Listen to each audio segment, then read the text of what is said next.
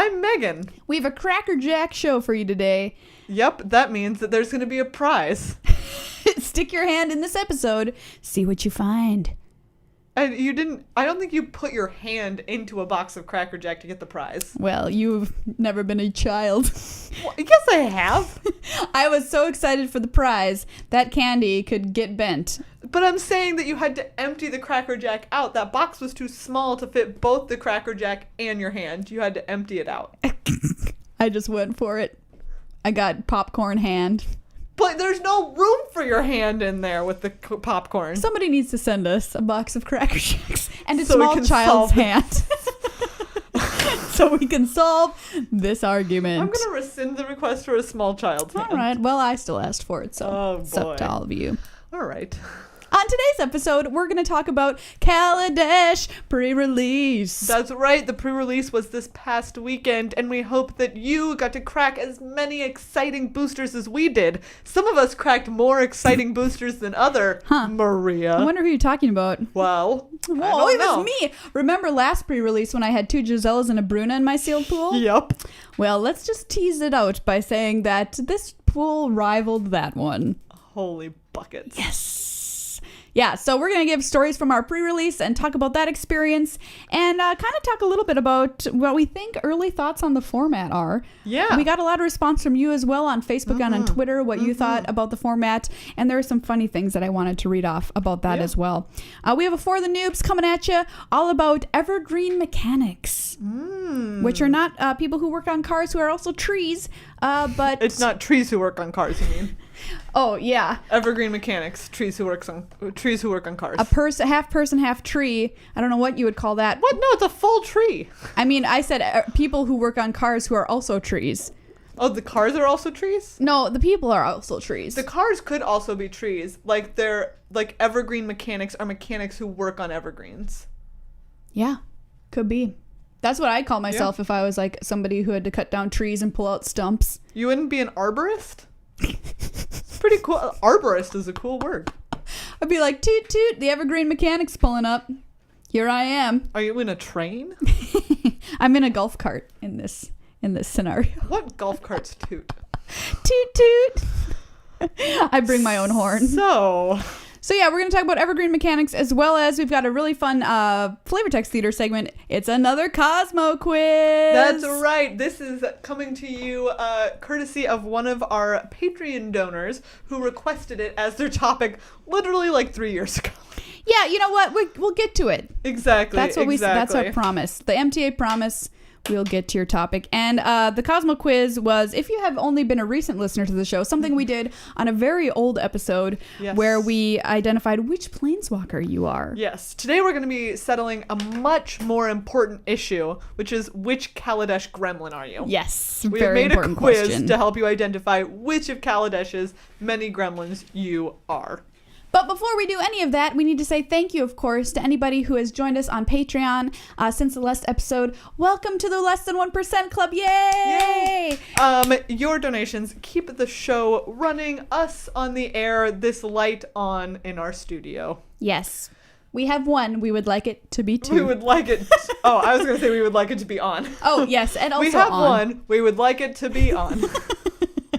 Yeah, so thank you so much if you've joined. If you haven't yet, please consider it. We're close to our next goal, and it'd be awesome if you were the one to push us up over the top to keep the show growing because, you know, we've got big plans, you Absolutely. and I, for the show, and we hope to enact them in the near future, but we can only do it with your help. If the show gives you any kind of joy whatsoever, I would consider throwing as little as $1 per episode at us. It would mean the world to us, quite truthfully.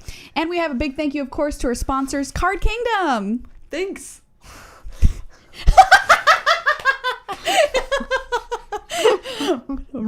Hit it right out of the park. You can go to cardkingdom.com/MTAcast if you want to buy any singles for the upcoming standard season. I'm pretty excited about it. I hope to, that's something I never thought I'd hear myself say. I'm excited for standard, but I am. But you got a taste for it. I did. Yeah, I got a taste of blood, and I want more. It is an excellent place where you can both sell cards. You can sell, maybe your old standard staples to get some new standard staples, or invest in something bigger like a modern or a legacy deck, or just boosters, because who doesn't love boosters? Yeah, and you get great trade-in prices as well. So exactly, turn in your cards and keep drafting. That's what I say. Cardkingdom.com/MTAcast. All right, do you want to do a show? Yes. Oh, I thought she'd say maybe, but she said yes. What were you going to say if I said maybe? We can try it again. Go. Okay, so are you ready to do a show? Maybe. I'm hopeful. For the noobs, Evergreen mechanics. That's right. Mechanics that we get to see year-round, just like we get to see trees year-round. Stay green. Unless yours are the kind of trees that migrate, like geese. Whoa, that would be a bizarre thing. Can you imagine if trees grew legs and walked off for a couple of months? I can imagine it because I've seen Lord of the Rings. Oh, that's true. It's pretty similar, but that's not the whole forest. That's select. I'm talking about the whole thing. The whole forest just leaves. Literally every tree in Minneapolis would just be nope. So there'd be a big field where there wasn't one before? Yes, exactly. Or your front yard, which has a tree in it. No tree there. I wouldn't mind if my tree went on vacation. Jeez.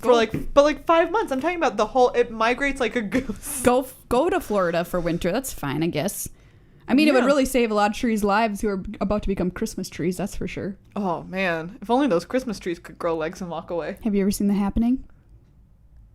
Is that the M. Night Shyamalan one? Yes. The one where all the plants get back at us for fucking them over? Yeah. I mean, I haven't. Don't. Because I've heard it's garbage. So a mechanic that's Evergreen. We're gonna talk about it. Yes. Not too long ago. Yeah. Although it was back now. Around cons. Yeah. So that was 3 sets. There were a couple of new ones that were added. And that's cool. So a mechanic normally that's not Evergreen, for instance, will be something that changes from set to set. So you won't see it all the time. We have lots of set-specific mechanics. Yes. In Shadows, it's something like Investigate. In Kaladesh so far, we have something like Fabricate. Those are set-specific mechanics that you're only going to see on that particular plane. Sometimes they bring them back on a different plane if they have similar kind of feels. So, for instance, an Evergreen mechanic is something you'll see across planes.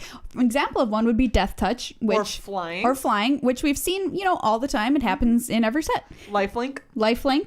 But they just recently added a few new ones to the lexicon, and we thought we'd talk about them just because if you're a newer player, you might not even know that these are Evergreen mechanics, or you might not know how to best make use of them. And it's a good thing to know how to best make use of them because guess what? They're going to be around for a while. So, for example, one of the new ones that recently got added was Menace. That's right. I think that was added at Origins, was the first time that we saw that word pop up. And Menace just is the old text would read, this creature, oh gosh, now I don't even remember. Must be blocked by two or more creatures. Exactly. So it just means that Not that must, creature... but if it's blocked. Well, Let me look up the Oracle actually, because I'm kind of interested. That's actually very smart. What it actually is. So Menace is it's a type of evasion. It's it's not quite as classic evasion as flying, for instance. Yeah, that's just flying is classy. Exactly. It's a classy mechanic. But Menace gives, a color like red, which you don't have a ton of red flyers. You have dragons sometimes. It gives them a way to also have evasion. Obviously, if your opponent only has one creature, then sweet, your creature with Menace can get in. Yeah. If they only have 2, but one of them is their sweet bomb and they don't want to block with it, then awesome, you're going to be able to get in there. Oh, your computer is so super... by the way, it updated last time and it just turned on and it said hi. On just a black screen, it faded up the word hi. It was very disconcerting. Yeah, it's creepy. Anyway, I'm going to go to a computer that's not creepily talking to me when I didn't ask it to. and just move for a moment onto this one.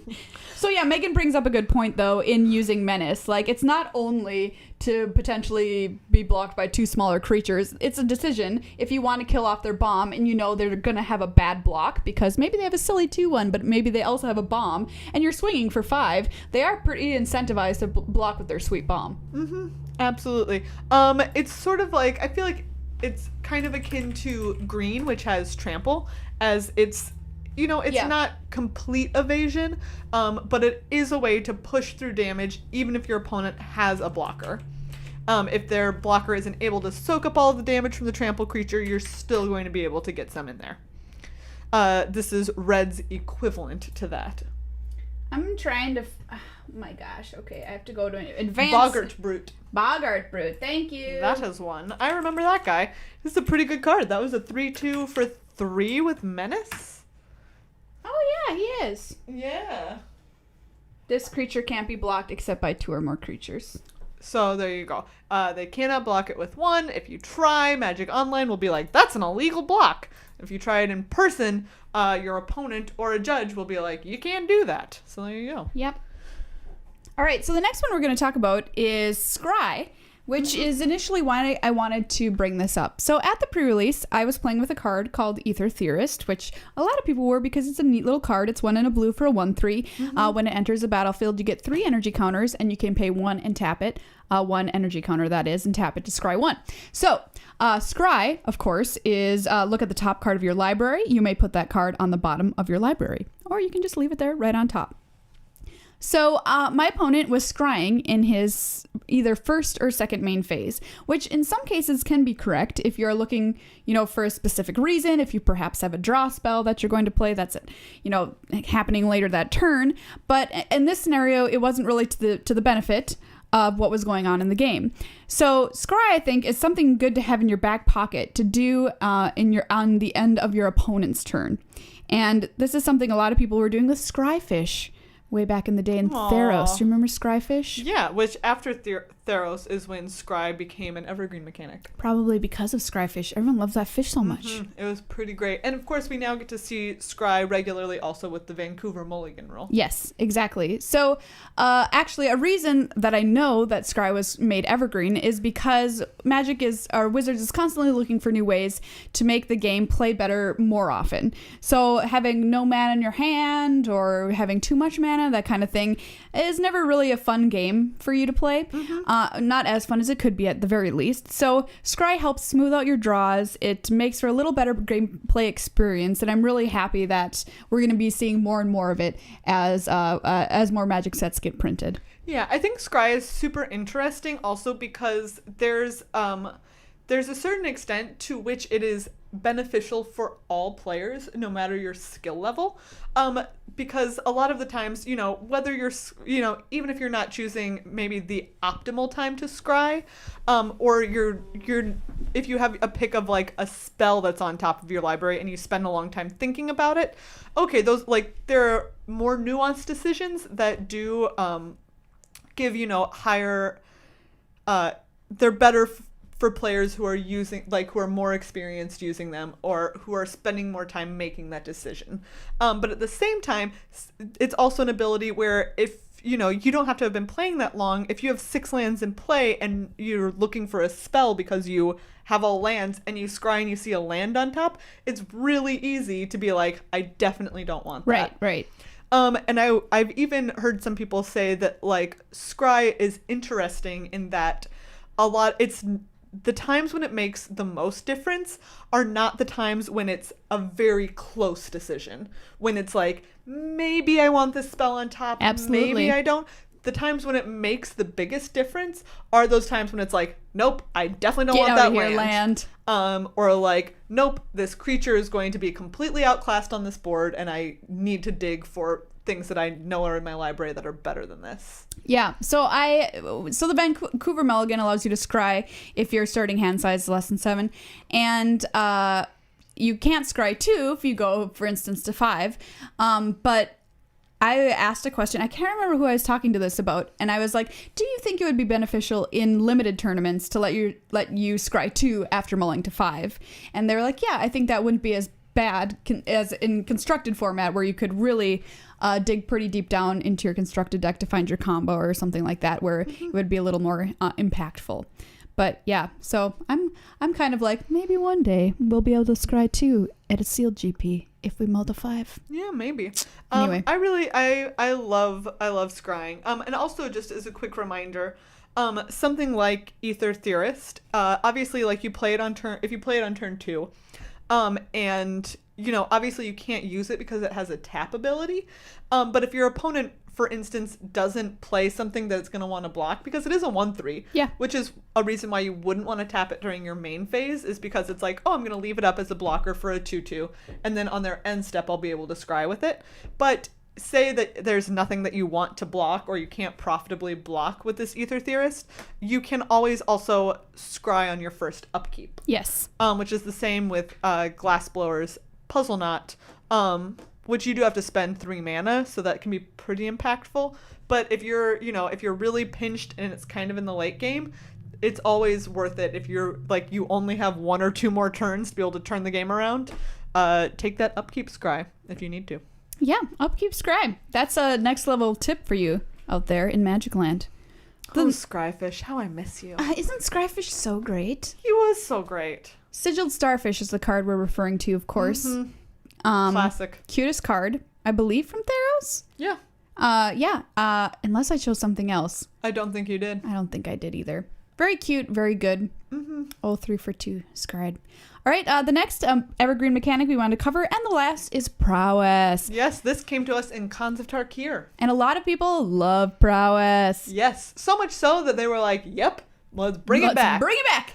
It's a very clean, elegant mechanic, which is part of the reason that it's been made evergreen. Whenever you cast a non-creature spell, this creature gets +1/+1 until end of turn. It's very important in a set like Kaladesh to remember that means artifacts also, and vehicles, because when that vehicle comes, when you're casting it, it doesn't see that it can become a creature if you crew it. It only says artifact vehicle. It doesn't see creature on there. So you're going to get that prowess trigger from casting an artifact that's not a creature.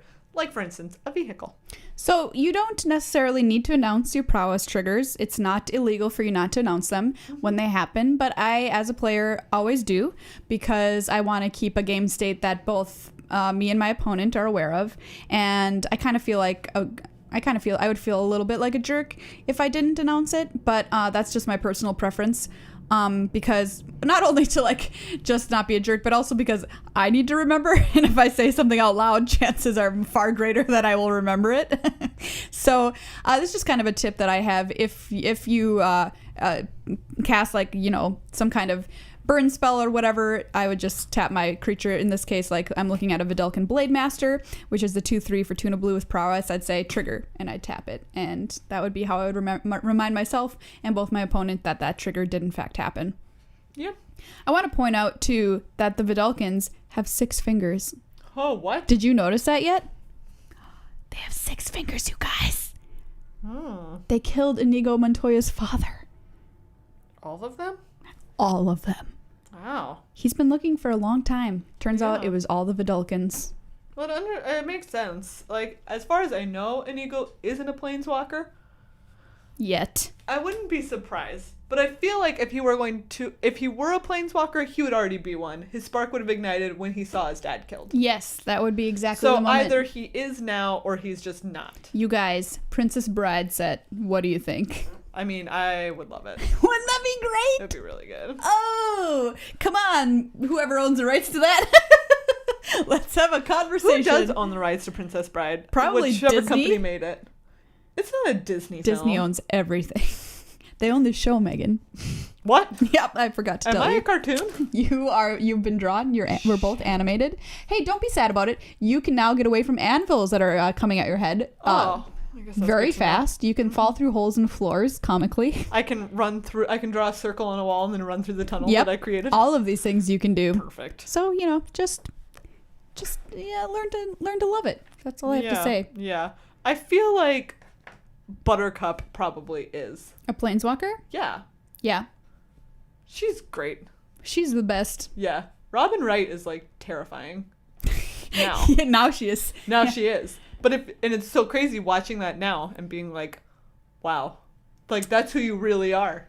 That's a big turn. It really is. It really is. But then again, it was a big turn when I saw Wesley in Saw. Yeah. and Mandy Patinkin is in that too. Yeah. Oh, reunion. Man. Cary Elwes is also in that Anne Hathaway Ella Enchanted. Oh, really? Yeah. It's terrible. He's there very briefly. Wow. Princess as like Bride. an evil king. Great movie. It really is. When it was on Netflix, I realized it was on Netflix and I was having to do a lot of work for something one night, and I watched it 2.5 times in a row. Did you just like it ended and you're like, you know what?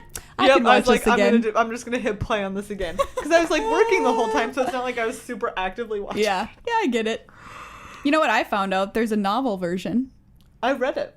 Is it good? Yeah, it's it gets super weird. Such good reviews. It's super weird. Okay. Because it's you know how the movie has the framework of the grandpa reading to the kid? Yes.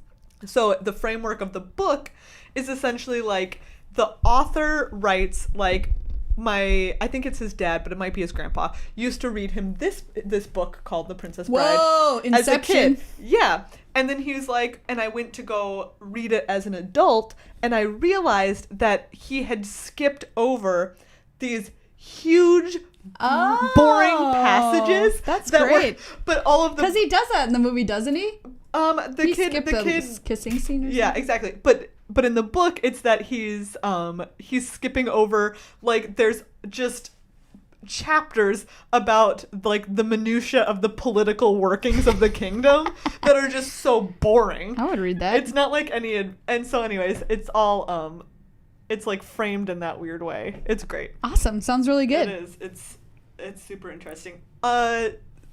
Personal trivia, I became a fencer because of that film. I watched it so much as a kid. I saw Inigo Montoya and Wesley in that sword fight. And you're like, I watched it so many times and I was like, I'm going to be Inigo Montoya. Yeah. So there you go. Look, so many popular culture icons made us fencers. For me, it was Picard. Oh yeah. Mm-hmm. Anyway, Evergreen Mechanics. That's that.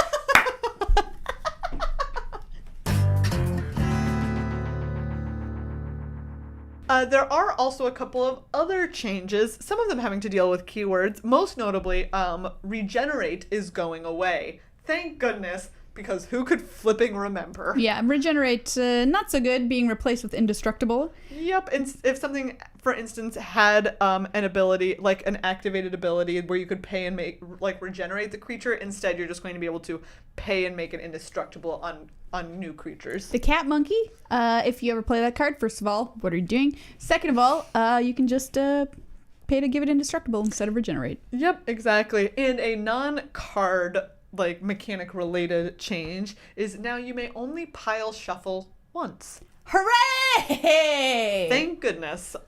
It's it's a time thing, and it also encourages people to use many different kinds of randomization, because the best randomization is random randomization, where you are randomly randomizing with a random assortment of randomizing techniques. Yeah. So pile shuffling, the only reason you should do it is to count the cards in your deck. It is not going to sufficiently randomize your deck. It's not going to pull apart your lands. It's not going to do anything better than a riffle shuffle will do. You just got to trust me. The idea is that you actually need to do multiple types. So it is one of a set of types that you can do. For instance, you can't only riffle shuffle because you're not actually super randomizing the top set and the bottom set of cards. Can you riffle shuffle and cut? You can riffle shuffle and cut. Yes, but you also, you basically always need to hand your deck, obviously, to the other person. Yes. Which is very important. Yeah, so all of you pile shufflers who are doing it because you think it's better, that's a myth. It's an urban legend. It really doesn't, but it's good for counting your cards, which I advocate because I've been in situations where I've had a game lost because, for whatever reason, I had lost a card or whatever and didn't realize it. So, yeah. Changes. And it is some amount of randomization. It's just not sufficient by itself. Not sufficient. So yeah, get to shuffling and get to shuffling your opponent's deck. We talk about that on the show a lot. Mm-hmm. So yeah, those are your updates. There was no banned cards added to the banned or restricted announcement. So we're all good to go. Yeah, party on. Everything stayed the same.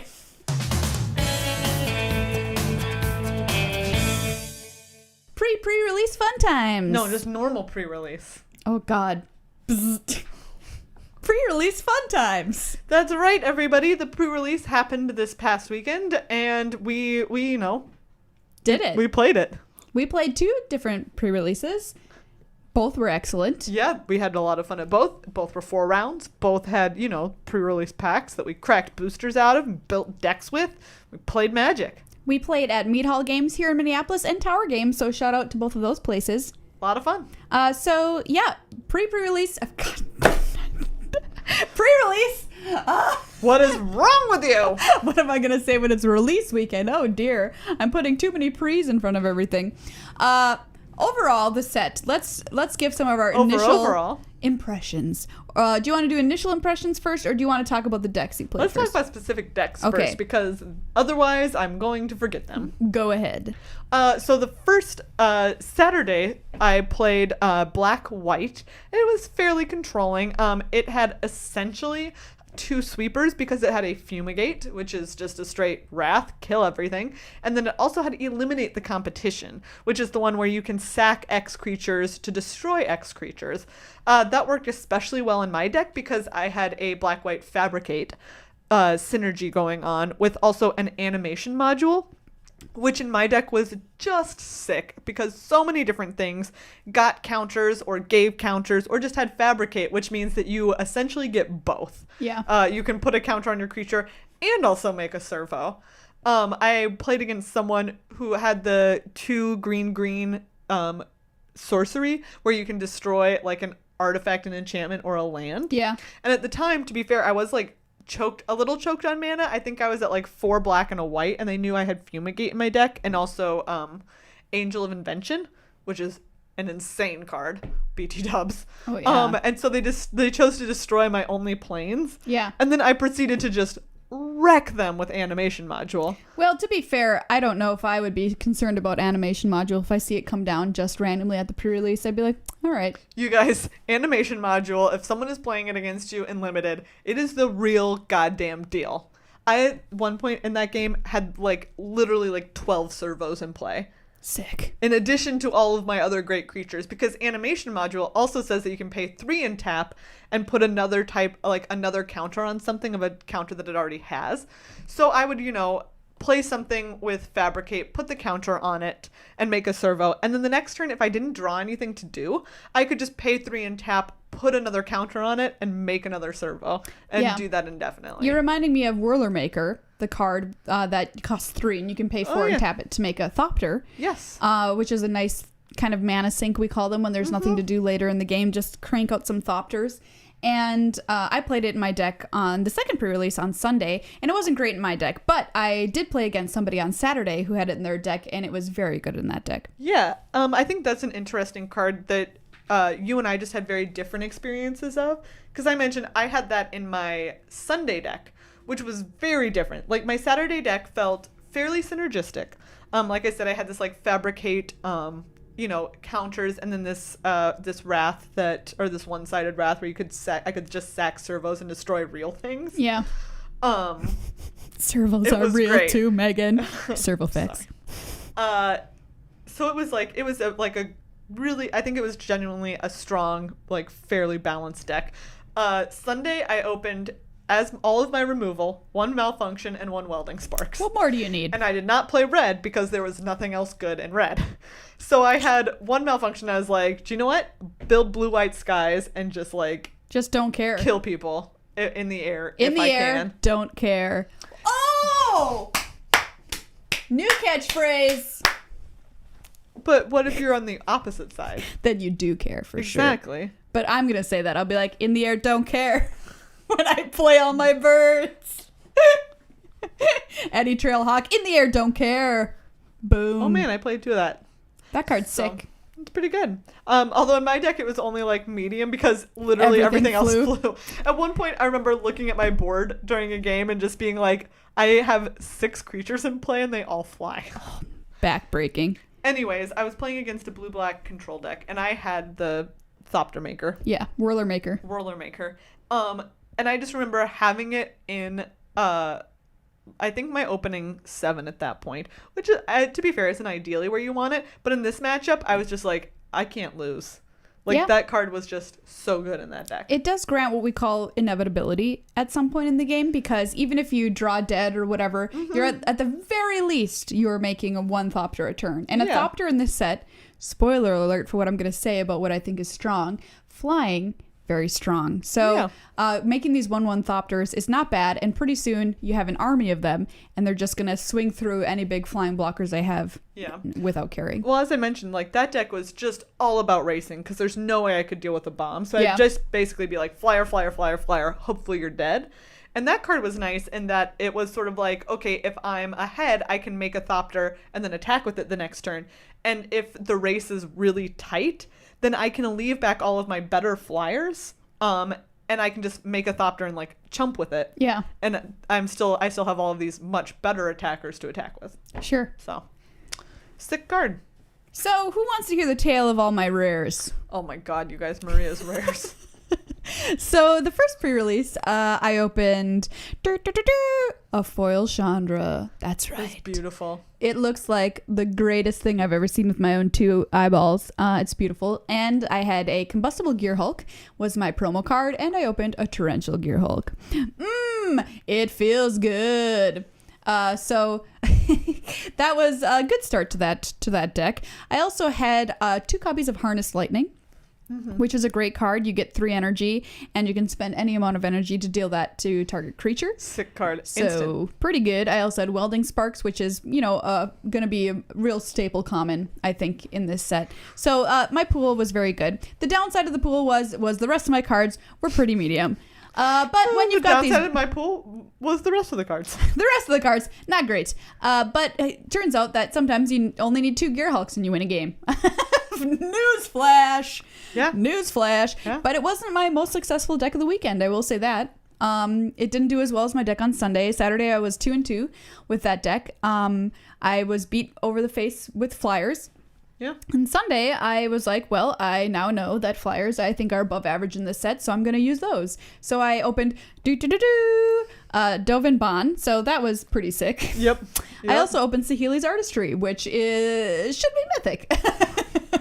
I don't actually know about that, but it's straight busted. My opponent played a Noxious Gear Hulk against me, and I'm sure thought, haha, I've got this game sewn up. Saheeli's Artistry, boom, make 2 Noxious Gear Hulks. Because you can use it as the creature and as the artifact. Yeah. Oh, boy. But once I did play Saheeli's Artistry, and I misplayed, and I chose their, what is it, the 3/3 that you can pay energy to give it +2/-2, or give it flying or indestructible or vigilance or something like that. Oh, yeah. It's a Metalworker. No. Gosh. It's got a strange name. But I... Multiform Wonder. Multiform Wonder. I targeted that with Saheeli's Artistry, and they just killed it in response. I was like, oh yeah, that's fair. Yep. Fair enough. Although, it was a removal spell for a really good creature. It was, so I didn't feel that bad. Except that I should have targeted something else as well. Anyway, so that deck was better. So I had those 2 cards, which were straight bombs, and fine removal like Sky Whaler Shot. I had a couple of Select for Inspections, which doesn't seem to be the greatest card on its face, but I think we talked about it last episode, and I think it's pretty strong. Just because you have the ability to bounce their huge like murder train when it comes down, the Aradar Express or some other giant vehicle that they've crewed, doesn't matter, and you're like, bye. That really is where that card shines, I think, at this point. Is when they crew a vehicle and they attack with it, it's like, well, you just tapped all of these creatures, and I'm going to bounce 1, but get more value than bouncing a single creature. Right, and you get a scry off of it as well, which is really sweet. I had a Fairgrounds Warden for additional removal as well as a Malfunction. And I think, though, the real strength in the deck was my sweet, sweet rares, but also the fact that I was playing Sky Swirl Harrier, that bird. I had a couple of that bird. And the 3/4 flyer for 4 and a white. Yes, and I played a Sky Skiff because I was like, well, this card is just good, and I just want to fly over and get people with that. So I'm thinking oh yes, this is the card I wanted to point out. I had the Peacocks, the 2/4 that you can pay blue to give them flying. Yeah. And I Peafowl, Dukara Peafowl, which, by the way, did you know female peacocks are called peahens? Yeah. Fun fact. I found that out in high school, and I was tickled for an entire day. Who tickled you? My mind. So on Saturday, I'd played against these peafowls and been wrecked by them, and I was like, wow, this card seems fine, but it didn't seem great. But now I think that card is above average in this set, just because there's so much on the ground trying to pound at you, and just like getting gummed up because these vehicles are sitting there staring across from each other, not knowing what to do, that I just play blue and I get you in the air for 2. Like, that's fine. My opponents had to kill my peafowls. Like, that's sad. It's a 2/4 for 4. Yeah. And they had to kill it. Poor peafowl. Yeah, they're pretty cute, so I felt a little bad about it, but they did their job, you know? So that was my main takeaway from the format. There were a lot of board stalls, complicated board states due to crewing and vehicles, and I think flying is above average. Yeah. What would you say? Man, I don't know. I'm still mulling it over. All right, just cook it up there, you know? Yeah, I will. It's like rice. Takes a while. We're going to be playing our first friend draft coming up this week. Yeah. So we'll tell you next week our first experience drafting the format. Very exciting. I know. I'm so pumped. I'm very excited.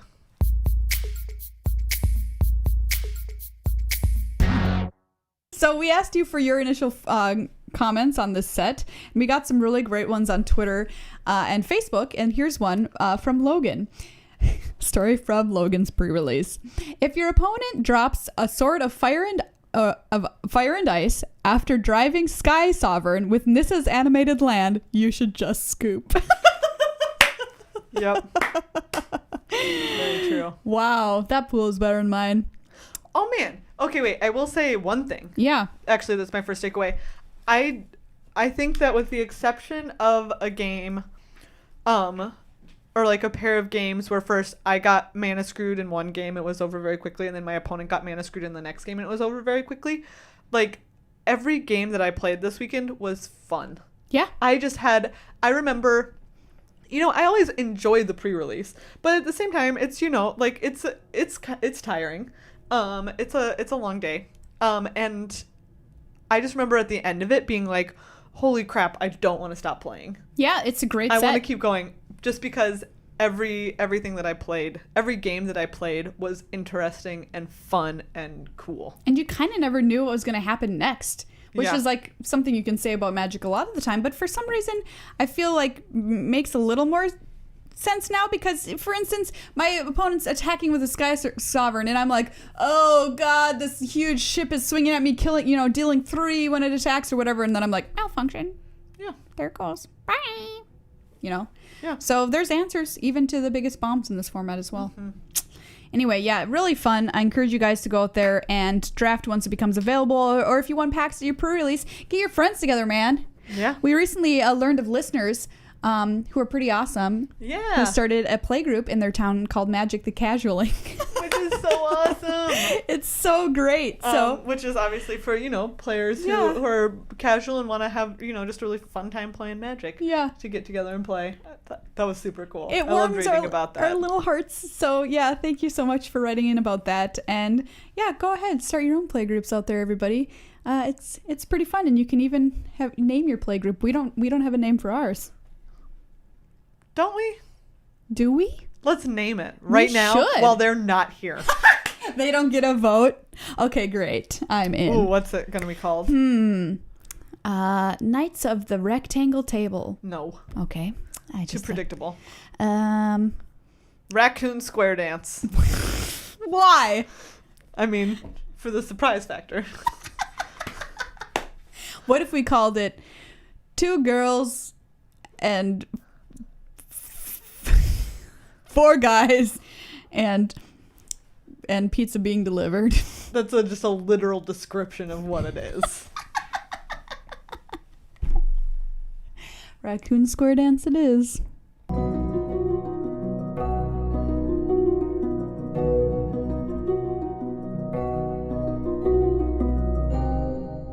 Do you think Chandra gets sunburns? I mean, like, she's kind of pale. Because she's like a redhead, right? Yeah. Redheads get sunburned. Yeah. But she's a pyromancer, so does that negate it? I don't know. Well, okay, it depends on what kind of, like, pyromancer she is, because the sun could be like different kind of, the sun is technically fission.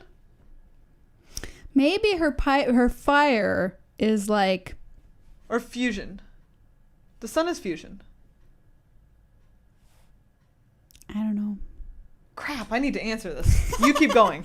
Okay, maybe her fire is like the kind of fire that doesn't sunburn you. Would you get sunburned sitting in front of like a campfire? No. Okay, the sun's energy comes from fusion. Fusion. Okay. Yes, because it's much easier for us as like human beings to create fission, because that's when you bust them apart. Yeah. But fusion is when they combine back together, which is just an insane amount of energy and a plot point in Spider-Man 2. Oh, Spider-Man 2. Do you remember that one? That's the one with Alfred Molina as Doc Ock. Yes, I do. Anyways. I like Alfred Molina. Me too. He played Hercule Poirot. I can super see that.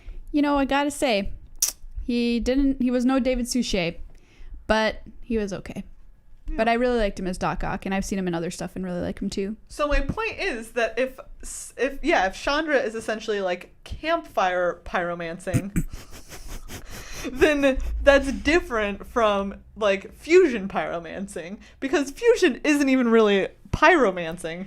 It's a nuclear reaction. All right, Vorthos people, we need your answer on this. What kind of fire does Chandra create? I'm pretty sure it's of the fire, like the earth, campfire variety. Does she have mini suns in her hands, or is it a campfire? Oh man, calling them mini suns is pretty cool though.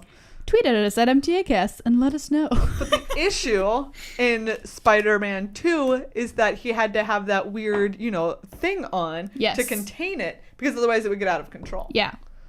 So, Do you want to talk about Spider-Man 3? Issue. No one wants to talk about Spider-Man 3. That's correct.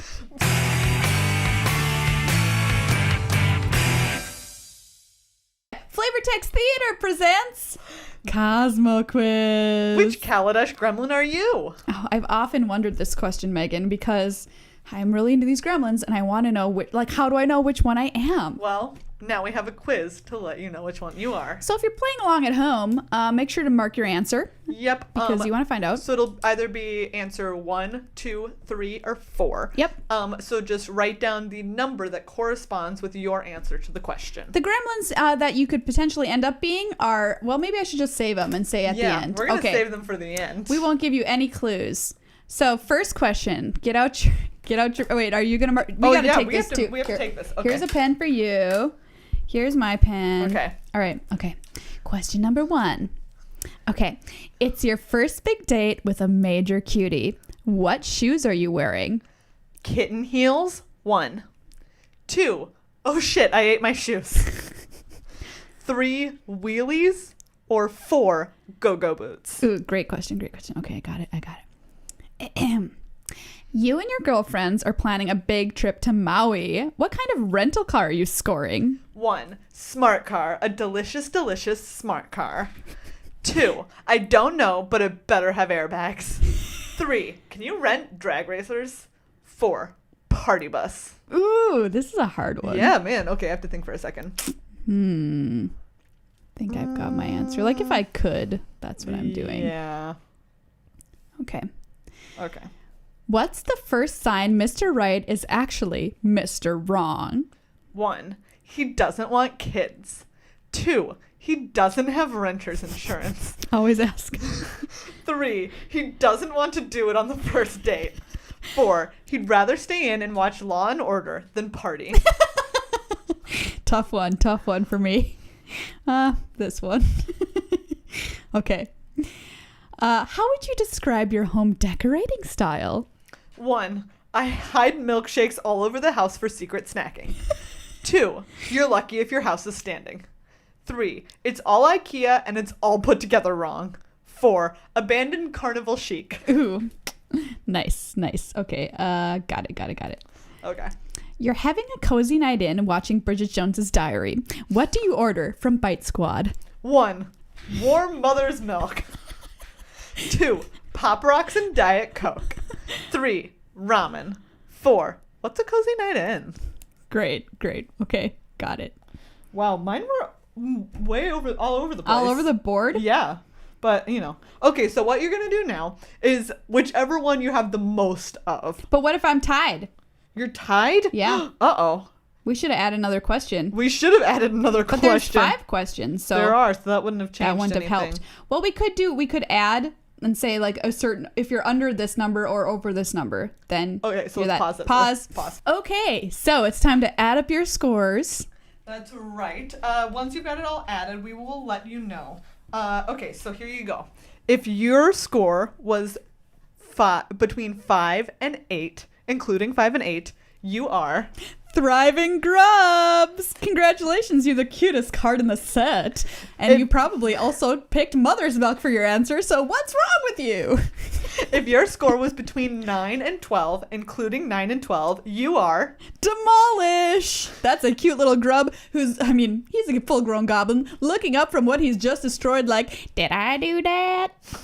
Which He's the Urkel of Gremlins? yeah, he's the Urkel of Gremlins. Oh my god. And if you're between 14 and 16, including 14 and 16, you are Brazen Scourge! You're a 3/3 hasty goblin for 3. nice. And if you're between 17 and 20, including 17 and 20, you are Terror of the Fairgrounds. You're a 5/2 for 4, and you're here to smash face. nice. So Megan, which one were you? I am the Steve Urkel of Gremlins. So am I! I'm You also are? Demolished. Yes. Yeah. Which I think is accurate because there's so many times in my life I've looked up to like an authority figure and they've looked down at me and I've been like, did I do that? It's accurate. So please post on our Twitter using the hashtag Gremlin Girl to let us know what you got in the COSMO quiz. Hashtag Gremlin Girl. Which gremlin are you? I want to crowdsource and find out what people got like Actually, the most I'm super interested. I was right. So my score was, what was your total? 10. Okay, that makes sense. You're real close to being a thriving grub. Yeah, that makes sense. I was exactly a 12, Oh, which I man. thought I would not call. I'm like surprised because I would call myself either Demolish or a Terror of the Fairgrounds, but probably not a Brazen Scourge. Yeah. See, you learned something about yourself. Mostly, really. I really would describe my house as abandoned carnival chic. You said that, I saw you like get excited to write it down. I'm like, Yep, I know was which just one. like, yes. I thought know about which it. one Like, it I is. would legitimately sometimes describe my apartment like that. And I hide milkshakes all over the house for secret snacking because if you come into my house, you'll notice that there are secret snacks hidden all around in various rooms. For instance, this bag of Cheetos was, here, and Although we ate all of we those. did eat all of those. But They were really good. yeah, secret snacking. Yeah, so that's congratulations to our patron who chose this topic at $3 and more an episode. You get to choose one. So good job, great choice. I've been meaning to make another COSMO quiz, so I'm glad that we did. Yes, I agree.